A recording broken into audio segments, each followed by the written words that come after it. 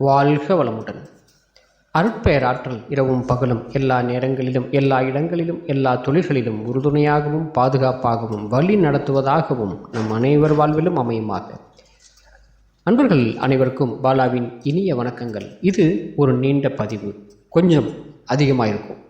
இருந்தாலும் சில முக்கியமான கருத்துக்கள், சில முக்கியமான நிகழ்வுகள், முக்கியமான தகவல்கள் எனக்கு தெரிஞ்சு என்னுடைய அனுபவத்தில் என்ன நடந்தது, எப்படி இருக்கும் அப்படிங்கிறது எனக்கு தெரிஞ்ச வகையில் உங்களுக்கு சொல்கிறோம். இது உங்களுக்கு யூஸ்ஃபுல்லாக இருக்கும் அப்படின்னு நினைக்கிறேன். அதனால் கொஞ்சம் மெதுவாக கேளுங்க. ஒரு நீளமான வீடியோவாக கூட இருக்கலாம். உங்களுக்கு நேரத்தை கொஞ்சம் ஒதுக்கி ஃப்ரீயான டைமில் அதை பார்த்தீங்க அப்படின்னா கொஞ்சம் என்ன அப்படி சொல்ல வர்ற அப்படிங்கிறத உங்களால் தெரிஞ்சுக்க முடியும். சரி அன்பர்களுக்கு, இப்போ உங்களை பற்றி முதல்ல தெரிஞ்சுக்கணும். நீங்கள் யார், எங்கிருந்து வந்தீங்க, எப்படி இந்த பூவுலகில் இருக்கிறீங்க, உங்களுக்கு என்ன விதிக்கப்பட்டிருக்கு, எப்படி நாம் மரணம் அடைய போகிறோம், ஏன் மரணம் அடைய போகிறோம் அப்படின்னு சொல்கிறது கேட்கவே முடியாது. ஏன்னா பிறப்புன்னு இருந்தால் இறப்பு கட்டாயம் இருக்கும். ஆனால் எதுக்காக பிறந்தோம்னு மட்டும் நம்மளுக்கு புரியாது. ஏன் இன்றைக்கி இருக்கிற கால சூழ்நிலையில் பணம் நம்மக்கிட்ட இருக்காது. இருக்கிறவங்களுக்கு கூட இந்த மன கஷ்டங்கள் இருக்கும். சரி, நம்ம மேலே இருக்கிறவங்கள கொஞ்சம் பெண்டிங்கில் வைப்போம். நடுத்தர வர்க்கம் அப்படின்னு சொல்லக்கூடிய இருக்கிறவங்களுக்கு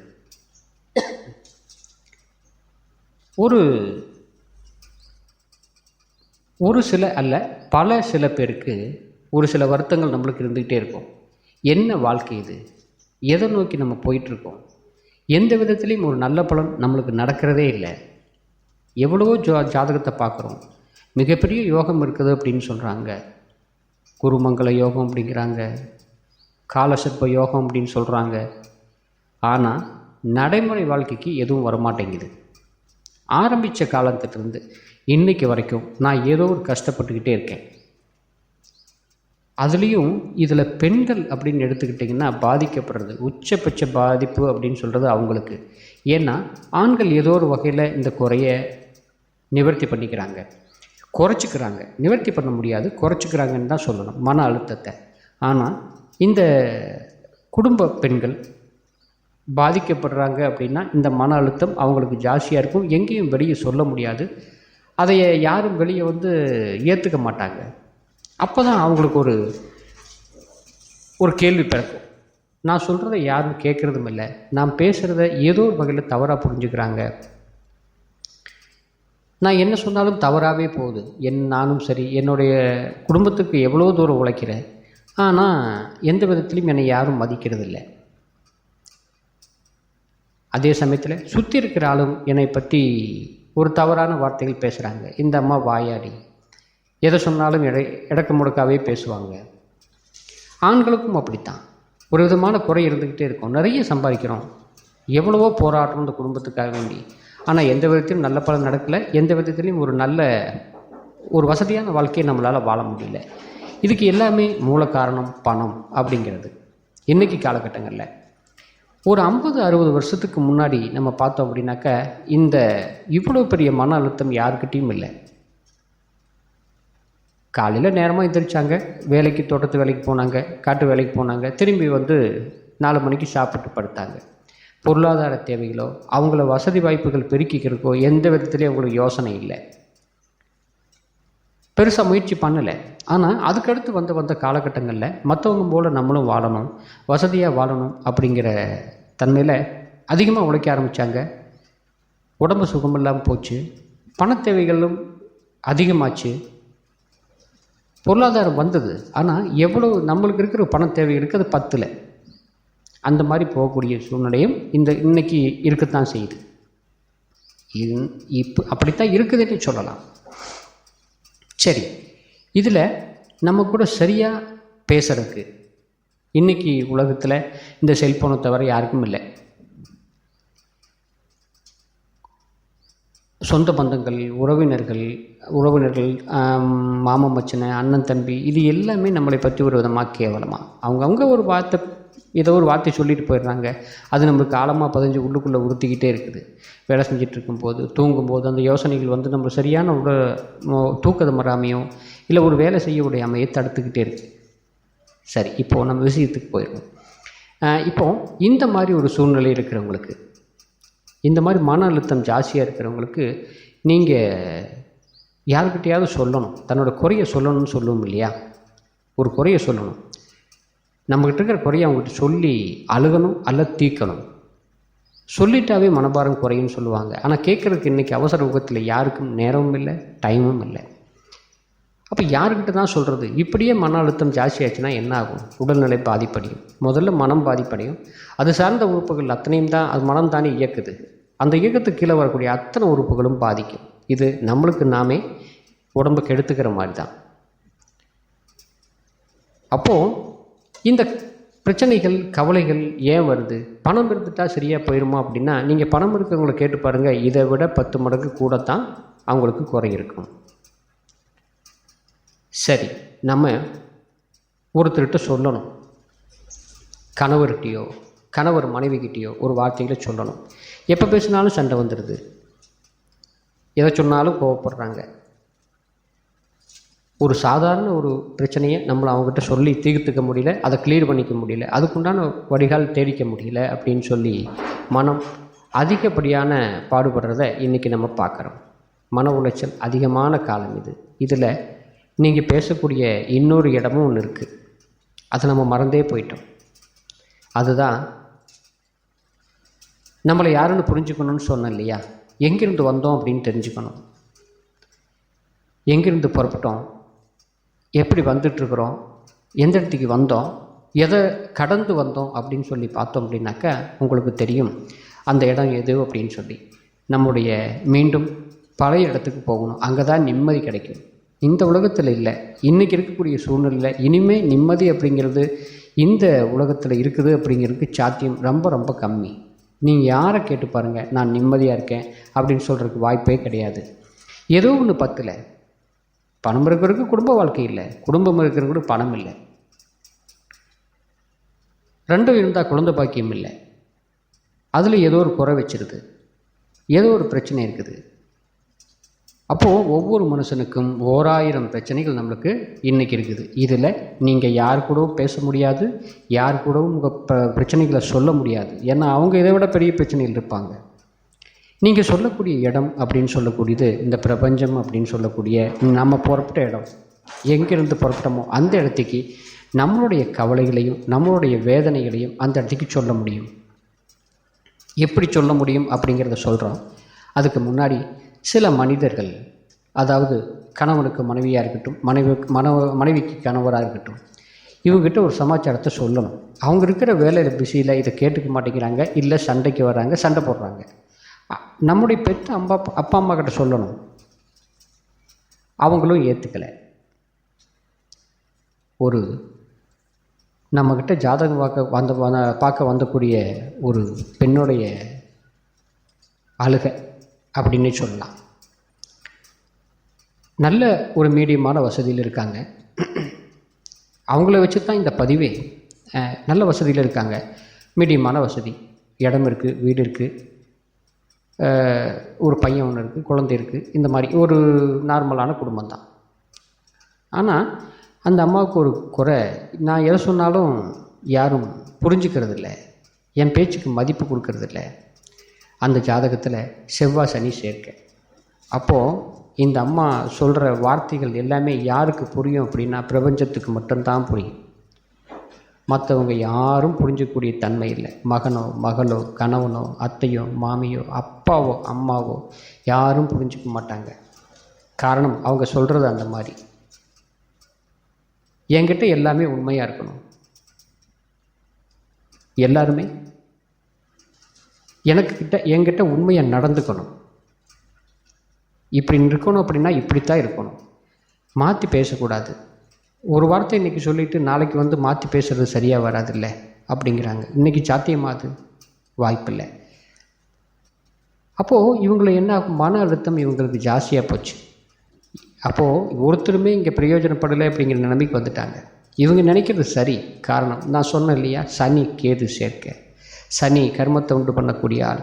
சனி ஒரு நேர்மையான ஒரு ஆளும் கூட, கரெக்டான ஒரு ஆள், நூல் பிடிச்ச மாதிரி போவான், அதில் கொஞ்சம் கூட மாறாது. அப்போ நேர்மை இவங்க இயற்கையாகவே அமைஞ்சு போச்சு. அதுக்கு தக்க மாதிரி மனுஷங்கள் இப்போ இல்லை, ஒரு 50-60 வருஷத்துக்கு முன்னாடி இருந்தாங்க. எல்லா வள்ளலாரும் நம்மளுக்கு வேதாத்திரி மகரிஷியும் நம்ம காலத்தில் வாழ்ந்தவங்க. இந்த மாதிரி மகான்கள் மட்டும்தான் முடியும். அப்போ இவங்க மகான் ஆகிட முடியுமா? வாழ்க்கையில் இப்போது இருக்க சூழ்நிலையில் வாய்ப்பே இல்லை. காரணம், இன்றைக்கி சூழ்நிலை இவங்க கூட யாரும் ஒத்து போக மாட்டாங்கன்னு நல்லாவே தெரியும். இருந்தாலும் காலம் ஓட்டணும் இல்லையா, மரணம் வராது. இப்போத்துக்கு ஆயுள் பலம் ஜாஸ்தி. இவங்க என்ன பண்ணுவாங்க, ஒரு சில வழிமுறைகள் இவங்களுக்கு சொல்லப்பட்டது. எந்த மாதிரி வழிமுறைகள் அப்படிங்கிறத சொல்லிடணும். நீங்கள் எதுவுமே பேச வேண்டாமா, நீங்கள் பேசுகிறது யாருக்கும் புரியாது, கேட்காது, அதையே தவறாக போயிடும். இதே மாதிரி ஒரு நம்மளுக்கு ஆண் ஜாதகம் இருக்குது. ஆணுடைய குணாம்சம், இதே குணாம்சம், இதே பிரச்சனைகள் உள்ளவங்களும் இருக்காங்க. சுற்றி வர ஆளுக்கு பூரா இவங்கெல்லாம் பைத்தியம் அப்படின்னு சொல்லுவாங்க.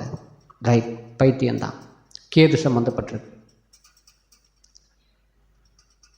இந்த உலக வாழ்க்கையை துறக்கிறதுக்கு நினைக்கக்கூடிய, அதாவது ஒரு முக்தியை தரக்கூடிய கிரகத்தோடைய தாக்கம் அதிகமாக இருக்கும் சனி கூட சேர்ந்து. அப்போ என்ன ஆகும், இவங்க இந்த உலக ஆள்கள் எதுக்கு ஒத்து வர மாட்டாங்க. இவங்கெல்லாம் என்ன செய்யணும் அப்படின்னா, யாருக்கிட்டையும் பேசக்கூடாது, எந்த வார்த்தைகளையும் சொல்லக்கூடாது. நம்ம அவங்க என்ன சொல்கிறாங்களோ அதை கேட்டுட்டு கம்முன்னு விட்டுறணும். இவங்களால் அந்தளவுக்கு முடியாது, 90% முடியாது. இருந்தாலும் முயற்சி பண்ணி 10 அந்த பர்சன்டேஜ் இருக்கு இல்லையா, அதை வச்சுக்கிட்டு அடுத்தவங்கக்கிட்ட முடிஞ்ச வரைக்கும் நம்ம, அதாவது நல்லதை எதிர்பார்க்கக்கூடாது. மெயினாக நம்மக்கிட்ட இவங்க இப்படித்தான் பேசணும் அப்படின்னு சொல்லி எந்த காரணத்தை கொண்டு எதிர்பார்க்கவே கூடாது. அந்த எதிர்பார்ப்பு இல்லாத பட்சத்தில் இவங்களால் மாறிக்க முடியும். அதுக்கு பதிலாக பிரபஞ்சம், நம்ம புறப்பட்ட இடம், எங்கிருந்து வந்தோமோ அந்த இடத்துக்கு பேச முடியும். எப்படி பேச முடியும், அது நம்மளுக்கு என்ன தரும், அது எப்படி நம்மக்கிட்ட பேசும், அதனோட மொழி என்ன, தமிழ் பேசுமா, கன்னடம் பேசுமா, ஹிந்தி பேசுமா? நம்மளுக்கு வேறு மொழி பேசுனா புரியாது. இல்லை, நம்ம பிறந்த இடம் அப்படின்னு சொல்லக்கூடிய அந்த பிரபஞ்சத்திலிருந்து நம்மளுக்கு எல்லா மொழியும் தெரியும். அது பேசக்கூடிய மொழி நம்மளுக்கு புரியும். எப்படி புரியும், அந்த மூளைப்பகுதியில் இருக்கக்கூடிய செல்களுக்கு புரியும். அது நம்மளுக்கு உணர்த்தும். இதுதான்மா உனக்கு சொல்லுது, இதுதான் உங்களுக்கு தெரிவிக்கப்படுது அப்படிங்கிறது எல்லாத்துக்குமே அதை புரிய வைக்கக்கூடிய தன்மை பிரபஞ்சத்துக்கு உண்டு. கட்டாயம் தெரிஞ்சுக்கலாம். சரி, எப்படி தெரிஞ்சுக்கிறது? இந்த பிரம்ம முகூர்த்தம்னு உங்களுக்கு தெரியும். காலையில் 4:30 to 6 சொல்லுவாங்க. இன்னும் 1 மணி நேரம் முன்னாடி எடுத்துக்கோங்க, 3 மணி. பொதுவாகவே இந்த 3 மணி இருந்து 6 மணி வரைக்கும் ஒரு சலனமில்லாத நேரம் அப்படிங்கிற, சத்தமில்லாத நேரம், அமைதியான நேரம், அனைவரும் உறங்கக்கூடிய ஒரு நேரம். எந்தவித கிரகத்துடைய கதிர்வீச்சு அந்த சமயத்தில் நம்மளுக்கு உடம்புக்குள்ளே படுறத குறையும். அந்த சமயத்தில் நாம் அமைதியாக ஒரு இடத்துக்கு உட்காந்துக்கிறோம். நல்ல மூச்சு காற்றை மேலிருந்து கீழ் இழுத்து விடுறோம். மேலிருந்து கீழ் இழுத்து விடுறது அப்படிங்கிறது எப்படி அப்படின்னாக்கா, நம்மளுடைய மூலாதாரம் சொல்லியிருக்கும். அதாவது முதுகுத்தண்டு முடியக்கூடிய இடம். இந்த மூலாதாரத்தில் நம்முடைய கவனத்தை ஒரு 2 நிமிஷம் அல்லது 3 நிமிஷம் வச்சுருக்கிறோம். வச்சுருந்துட்டு மூச்சு காற்றை நல்லா உள்ளிழுக்கிறோம். மூச்சு காற்றை உள்ளிழுத்தா என்ன ஆகும், மூலாதாரத்தில் ஸ்டோரேஜ் ஆகும். நல்லா உள்ளிழுக்கிறோம், உள்ளே இழுத்து மூலாதாரம் ஸ்டோரேஜ் ஆகும். மீண்டும் அதை வெளியே விடுறோம். வெளியே விடுறப்போ மெதுவாக அந்த சூடான காற்று நம்மளுக்கு வெளியே வர்றது நம்மளுக்கு நல்லாவே தெரியும். இப்போது நாம் கொஞ்சம் கொஞ்சமாக இந்த உலகத்தில் இருக்கிற மக்களை அத்தனை பேரும் மறந்துடுறோம். அப்படியே பின்னாடி போகிறோம். நம்முடைய 12 வயசு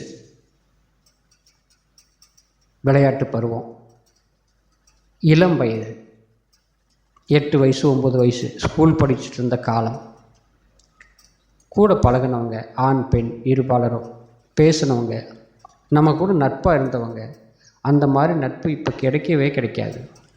நீங்கள் எங்கே தேடினீங்களான்னு கிடைக்காது. அதனால தான் பின்னாடி போகணும்னு சொல்கிறேன். கிடைக்காத ஒன்றை தேடி நம்ம போகிறது, கிடைக்கிற இடத்துக்கு நம்ம போயிடணும். ஒன்று. இப்போ எப்படி கொஞ்சம் மனசு சரியில்லைன்னா எல்லாம் டூர் போகிறோம் இல்லையா, ஒரு இயற்கை காட்சியை பார்க்குறோம், மனம் சந்தோஷமான நிலையில் அந்த இடத்துக்கு லைக்குது. அதை அப்போ அந்த திரும்பி வந்தோடனே மீண்டும் அந்த டென்ஷனை ஏற்றிக்கிறோம். அந்த ஒரு நாள், அரை மணி நேரம், 1 மணி நேரம் அந்த மனசு சந்தோஷம் அடையிலையா, அதே போல் நிரந்தரமான சந்தோஷம் அப்படிங்கிறது அங்கே இருக்குது. அது பக்கம் யாரும் போக மாட்டேங்கிறாங்க, போகிறதில்லை. அப்படிங்கிறதுனால தான் இவ்வளோ வலியும் வேதனையும் தண்டனையும் அவமானங்களும். அங்கே போங்க. பின்னாடி நம்ம ஸ்கூல் படிச்சுட்டு இருந்த பொண்ணுங்க, நம்மளுக்கு சொல்லிக் கொடுத்த வாத்தியார் எப்படி மிரட்டினார், எப்படி அடித்தார், எப்படி பாசமாக நடந்துக்கிட்டார் அப்படிங்கிறத பார்க்குறோம். அப்படியே குழந்தை வடிவத்துக்கு போயிடுறோம். பின்னாடி அம்மாவுடைய கருவறை, நிம்மதியான தூக்கம், எந்த சலனமும் இல்லை. நீர் சவுண்டு மாதிரி ஒன்று கேட்கும். அந்த நீர் சவுண்டுக்கு இன்னும் உள்ளே போனால் அப்படியே அமைதியாக இன்னும் உள்ளே போகிறோம். நம்முடைய அப்பா அம்மா, அவங்களுடைய அப்பா அம்மா, அவங்களுடைய அப்பா அம்மா, பின்னாடி அப்படியே போயிட்டே இருக்கும். இப்படி போகும்போது மனசு ஒரு விதமான ஒரு டென்ஷன்லேருந்து விலகும், அமைதியான நிலைக்கு போயிடும். பின்னாடி போக போக எப்போவுமே முன்னாடி போனால் பிரச்சனை. எப்படி முன்னாடி போனால், நாளைக்கு எப்படி கடன் கட்டுவோம், நாளைக்கு எப்படி வீட்டு லோன் கட்டுவோம், குழந்தைங்க எப்படி படிக்க வைக்கிறது, எப்படி நம்ம கல்யாணம் பண்ணுறது, எப்படி நம்ம அவங்க வாழ்க்கை போகிறது, கடைசி காலத்தில் நம்ம என்ன பண்ணுவோம், நம்மளுக்கு சாப்பாடு கிடைக்குமா கிடைக்காதா, இல்லை ஏதாவது மரணம் தொந்தரவுக்கு உண்டாயிருமா அப்படின்னு நினச்சிக்கிட்டே போனீங்கன்னா இதை விட பிரச்சனை வேறு எதுவுமே இருக்காது. ஏன்னா நிறைய கற்பனைகள் தோணும். அப்படி நடந்துருமோ, இப்படி நடந்துருமோ அப்படின்னு. அப்படிலாம் ஒன்றும் நினைக்க வேண்டிய அவசியம் இல்லை. ஏன்னா நம்ம எப்படி வாழணும், எப்படி நடந்துக்கணும், என்ன பொருளாதாரம் நம்மளுக்கு கிடைக்கும், எப்படி மரணம் அப்படிங்கிறத ஏற்கனவே முடிவு பண்ண ஒன்று இந்த பிரபஞ்சத்திலிருந்து. அதன் பிரகாரம் தான் போகும். குறுக்க திரும்பி நம்ம ஆப்போசிட்டாக மாற்றி நடக்கிறதுக்கு வாய்ப்பே இல்லை. சரி, அப்படியே பின்னாடி வரோம். ஒரு அமைதியான சூழ்நிலைக்கு போகிறோம். அந்த இடத்துக்கு கொஞ்சம் நேரம் நிற்கிறோம். எங்கே நிற்கிறோம்? கருவறையிலே நிற்போமே, அதுதான் அமைதியான இடம், சத்தம் இல்லாத ஒரு இடம். எந்தவித தொந்தரவும் யார் மூலியமாகவும் நம்மளுக்கு இருக்காது. யாரும் நம்மளை அவமானப்படுத்த மாட்டாங்க, யாரும் நம்ம சொல்கிறத கேட்கவும் மாட்டாங்க, கேட்க வேண்டிய அவசியம் நம்மளுக்கு இருக்காது. அந்த இடத்துக்கு அமைதியாக நின்னிங்கன்னா அந்த உயிர் எப்படி உருவாச்சோ அந்த நிலைக்கு மீண்டும் பின் கொண்டுக்கிட்டு போகும். இது கொஞ்சம் நாளைக்கு தடுமாற்றமாக இருந்தாலும் கூட ப்ராக்டிஸில் வந்துடும். எப்போ மனசு சஞ்சலப்பட்டாலும், எந்த இடத்துக்கு நம்மளுக்கு அமைதி இல்லைன்னு தோணினாலும் அந்த இடத்துக்கு நம்ம உட்கார்றோம், பின்னாடி நோக்கி போகிறோம். பிரபஞ்சத்துக்கு கூட சொல்கிறோம். என்ன சொல்கிறோம்? நான் கூட வந்திருக்கேன், நான் உங்ககிட்ட வந்திருக்கேன், வாரி அணைச்சிக்கும். ஏன்னா அங்கே இருக்கிற எல்லா அதாவது எப்படி சொல்கிறது அப்படின்னாக்கா, அங்கே பிரபஞ்சத்தில் இருக்கக்கூடிய அத்தனையும், எல்லா பொருள், திடப்பொருள், திரவப்பொருள் அத்தனையும் நம்ம உடம்பில் இருக்குது. அது ஒரு மேக்னெட் மாதிரி ரொம்ப வேகமாக சுழல்கிட்டு இருக்க ஒரு பெரிய மேக்னெட். அதுக்கிட்ட போயிட்டோம்னா அது தான் பக்கம் இழுத்துக்கும், அதுவாகவே இழுத்துக்கும். இழுத்துக்குச்சு அப்படின்னாக்கா பிரபஞ்சம் புரிய வச்சிடும். நம்ம யார் அப்படிங்கிறத தெரிவிக்கும், எதுக்காக இங்கே வந்திருக்கோங்கிறது தெரிவிக்கும், என்ன பண்ண போகிறோம் அப்படிங்கிறத தெரிவிக்கும். நம்மளுடைய மரணம் வரைக்கும் அது தெரிவிச்சிடும் உங்களுக்கு. அதுக்கப்புறம் திரும்பி இந்த இடத்துக்கு வரும்போது நம்மளுக்கு சுத்தமாக இருப்போம், கிளியராக இருப்போம். எந்தவித சலனமும் நம்ம மனசுக்குள்ளே இருக்காது. அந்த மாதிரி ஒரு சூழ்நிலை நம்மளுக்கு உருவாகும். சரி, இப்போது திரும்பி வரோம். திரும்பி வந்துட்டு ரைட், இந்த மாதிரி நம்மளுக்கு தெரிஞ்சது, இந்த மாதிரி நம்மளுக்கு பார்த்தோம், இதுதான் லைஃப் அப்படின்னு நம்மளுக்கு தெரிஞ்சது. நம்ம யாருன்னு தெரிஞ்சுக்கிட்டோம், எங்கேருந்து வந்தோன்னு தெரிஞ்சுக்கிட்டோம், என்ன நடக்க போகுதுன்னு தெரியும், இறுதி முடிவு எப்படி இருக்குது அப்படிங்கிற வரைக்கும் நம்மளுக்கு தெளிவாக தெரிஞ்சுக்கும். சரி, இப்போது ஒருத்தருக்கு நம்மகிட்ட சண்டை கட்டுறார், நம்மக்கிட்ட விரோதமாகவே இருக்கிறார். நம்ம இவர் நம்மக்கிட்ட பேசணும், சமாதானமாக நடந்துக்கணும், மன உளைச்சலை ஏற்படுத்தக்கூடாது அப்படின்னு சொன்னோம் அப்படின்னாக்கா, மீண்டும் அதே மாதிரி ஒரு நாள் உட்காடுறீங்க, அமைதியான இடத்துல, மூச்சு நல்லா மேல் நோக்கி கீழ் நோக்கி போயிட்டுருக்கு, அமைதியான இடத்துல இருக்கீங்க. அப்போது அவங்களுடைய உருவம் நம்மளுக்கு கண்ணு முன்னாடி கொண்டுட்டு வரணும் கற்பனையில். அந்த 3 மணிக்கு அவர் நல்லா தூங்கிட்டு இருப்பார். அவர் ஒரு அமைதியான நிலை வைப்பார். நீங்கள் அங்கே அவர்கிட்ட அருகாமையில் போகிறீங்க, போய் காது பகுதியில் சொல்கிறீங்க. அவர்கிட்ட காது பகுதியிலே முன்னாடி நின்று நம்ம சொல்கிறோம். என்னன்னு சொல்கிறோம்? இந்த மாதிரி நான் உன்னோட ஃப்ரெண்டாக முன்னாடி இருந்தோம்ல, அதே பேச்சு, அதே பழக்க வழக்கம், அதே குணாம்சம் என்கிட்ட இன்னும் அப்படியே தான் இருக்குது. உங்கூட எனக்கு கோபம் இல்லை, எங்கூட உனக்கும் கோபம் இல்லை, நண்பராக பழகுவோம், எந்த காரணத்தை கொண்டும் நீ எனக்கு சண்டை போட்டக்கூடாது அப்படின்னு நம்ம சொல்கிறோம். அப்படி சொல்லும்போது அவருடைய ஆள் மனசுக்குள்ளே அது பதிவாகும். திரும்ப ஒரு நாள் அவரை சந்திக்கிறீங்க, எதிரியாகவே இருக்கட்டுமே, ஒரு நாள் சந்திக்கிறீங்க இல்லை போகிற வழியில் நம்ம பார்க்கும்போது பார்க்க வேண்டிய சூழ்நிலையை ஏற்பாடு பண்ணி கொடுத்துரும் அந்த பிரபஞ்சம். நீங்கள் அவரை பார்த்தே ஆகணும். எங்கேயோ ஒரு வழியில் ஒரு பார்ப்பீங்க, அந்த கண்ணில் அந்த பார்வையில் ஒரு கருணை தெரியும். அடடா, இவங்க கூட போய் சண்டை போட்டுமே அப்படின்னு. இதுபோல் நிகழ்வுகளை எல்லாத்துக்கும் எல்லா விதத்திலும் ஏற்படுத்திக்கலாம். பணம் கொண்டுகிட்டு வர்றதுக்கும் இதை ஏற்பாடு செஞ்சுக்கலாம். எல்லாமே உங்களால் முடியும். மற்றவங்களால் உங்களுக்கு ஒரு உதவி எந்த காரணத்து கொண்டும் ஆகாது. உங்களால் முடிகிறத நீங்களே ஏன் தவிர்த்துக்கணும் அப்படிங்கிறதான் என்னோட கேள்வி. இன்னும் இந்த பண ஈர்ப்பு பிரபஞ்ச விதின்னு சொல்லி ஒன்று இருக்குது. அதை எப்படி பணத்தை ஈர்த்துக்கலாம், எப்படி நம்மளால் அதை அடைய முடியும் அப்படிங்கிறத நம்ம இன்னொரு வீடியோவில் பார்க்கலாம். கொஞ்சம் பெருசாகவே போயிடுச்சு போல். நன்றி, வாழ்க வளமுடன். மீண்டும் அடுத்த பதிவில் பாலா.